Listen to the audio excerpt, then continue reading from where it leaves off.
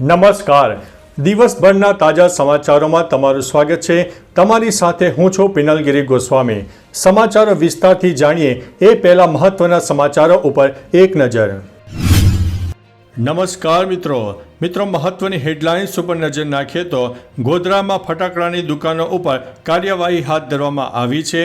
આગળ વાત થશે સ્માર્ટ મીટરના ગ્રાહકો માટે સરકારની ડિસ્કાઉન્ટ ઓફર સામે આવી છે. આગળ વાત થશે પીએમ મોદી થાઇલેન્ડ જવા માટે રવાના થયા. દરિયામાં ફરતા લક્ઝરી જહાજમાં વાયરસ ફેલાયો.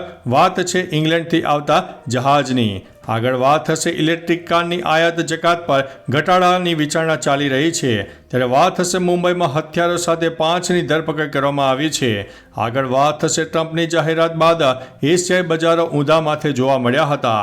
આગળ વાત થશે ફટાકડાના ગેરકાયદેસર સ્ટોક મામલે વડોદરાનું તંત્ર હરકતમાં આવી ગયું છે. ત્યારે વાત થશે યુટ્યુબના નકલી પ્લે બટનનો કાળો કારોબાર સામે આવ્યો છે.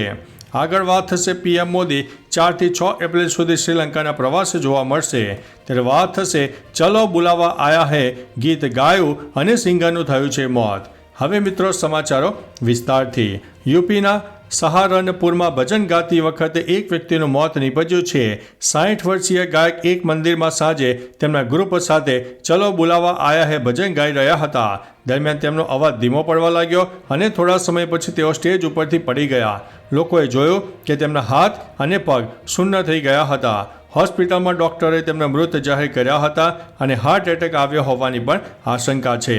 મિત્રો, અન્ય મહત્વના સમાચારની વાત કરીએ તો પીએમ મોદી 4 થી 6 એપ્રિલ સુધી શ્રીલંકાના પ્રવાસે.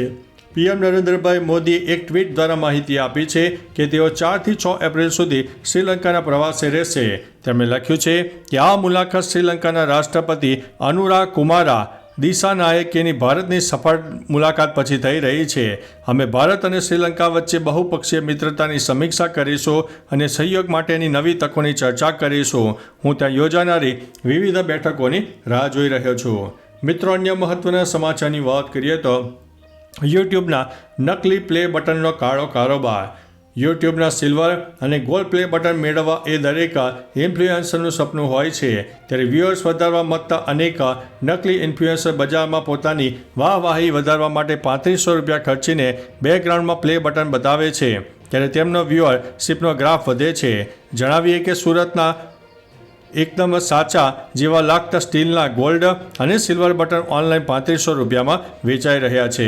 મિત્રો, અન્ય મહત્વના સમાચારની વાત કરીએ તો ફટાકડાના ગેરકાયદેસર સ્ટોક મામલે વડોદરાનું તંત્ર હરકતમાં. ડીસામાં ફટાકડાની ફેક્ટરીમાં ભીષણ આગમાં 21 જેટલા શ્રમિકોના મોત બાદ વડોદરાનું તંત્ર હરકતમાં આવ્યું. ફટાકડાની દુકાનોમાં સઘન ચેકિંગ હાથ ધરવામાં આવી રહ્યું છે. દરમિયાન 20 માર્ચે સયાજીપુરા માર્કેટ સંકુલમાં ફટાકડાના ગોડાઉન સહિત 3 દુકાનોમાં આગ લાગી હતી અને ગુનો પણ નોંધાયો છે, જેમાં 3 વ્યક્તિઓ સામે ગુનો નોંધાયો છે. જેના પગલે ફટાકડાનું ગેરકાયદેસર વેચાણ કરતા વેપારીઓમાં ફફડાટની લાગણી વ્યાપી ગઈ છે.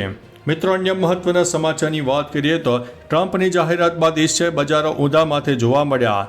ટ્રમ્પની પારસ્પરિક ટેરિફ જાહેરાતની અસર એશિયન બજારોમાં જોવા મળી. જાપાન સહિત એશિયન બજારો ઊંધા માથે પછડાયા છે.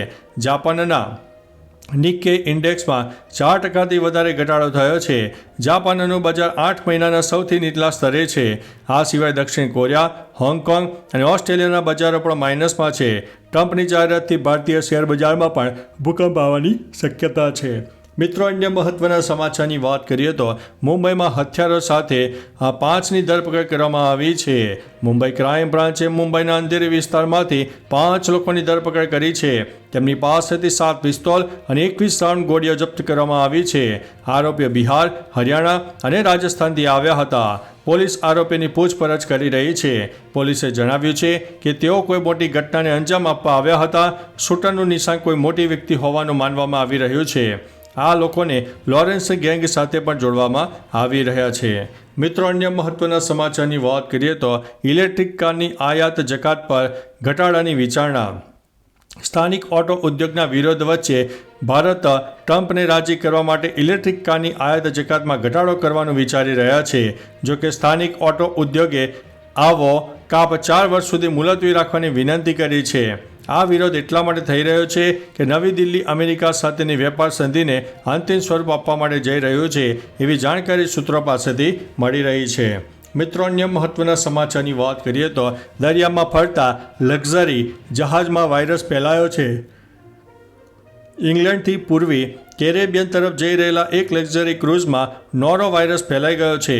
આ ક્રૂઝ શિપનું નામ ક્વીન મેરી 2 ઓફ ક્યુનાર્ડ લાઇન્સ છે, જે 29 દિવસની યાત્રા પર નીકળ્યું હતું. વાયરલ ફેલાવાથી ક્રૂઝમાં રહેલા 300થી વધારે મુસાફરો અને ચાલક દળના સભ્યો બીમાર થઈ ગયા છે. ન્યૂયોર્ક ટાઈમના એક રિપોર્ટ અનુસાર જહાજમાં વાયરસ ફેલાવાની પુષ્ટિ સેન્ટર ફોર ડિસીઝ કંટ્રોલે 18 માર્ચ 2025ના રોજ કરી હતી. મિત્રો અન્ય મહત્વના સમાચારની વાત કરીએ તો પીએમ મોદી થાઇલેન્ડ જવા માટે રવાના. પીએમ મોદી બેંગકોક અને થાઇલેન્ડ જવા રવાના થયા છે.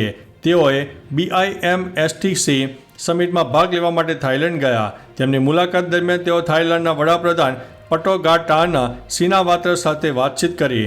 શુક્રવારે BIMSTEC સમિટમાં હાજરી આપશે. આ દરમિયાન પીએમ મોદી નેપાળના પીએમ KP શર્મા ઓલી અને બાંગ્લાદેશના મુખ્ય સલાહકાર મોહમ્મદ યુનુસને પણ મળે તેવી શક્યતા છે. મિત્રો અન્ય મહત્વના સમાચારની વાત કરીએ તો સ્માર્ટ મીટરના ગ્રાહકો માટે સરકારની ડિસ્કાઉન્ટ ઓફર. રાજ્યમાં વધુમાં વધુ લોકો સ્માર્ટ મીટર અપનાવે તે માટે ઉર્જા વિભાગે ખાસ નિર્ણય લીધો છે. રાજ્ય સરકારે સ્માર્ટ મીટર વાપરતા ગ્રાહકોને ખાસ રાહત આપી છે. સ્માર્ટ મીટર વાપરતા તમામ વીજ ગ્રાહકો બપોરે 11થી 3 કલાક દરમિયાન જેટલી વીજળી વાપરે તેના પર પ્રતિ યુનિટ 60 પૈસા ડિસ્કાઉન્ટ આપવામાં આવશે.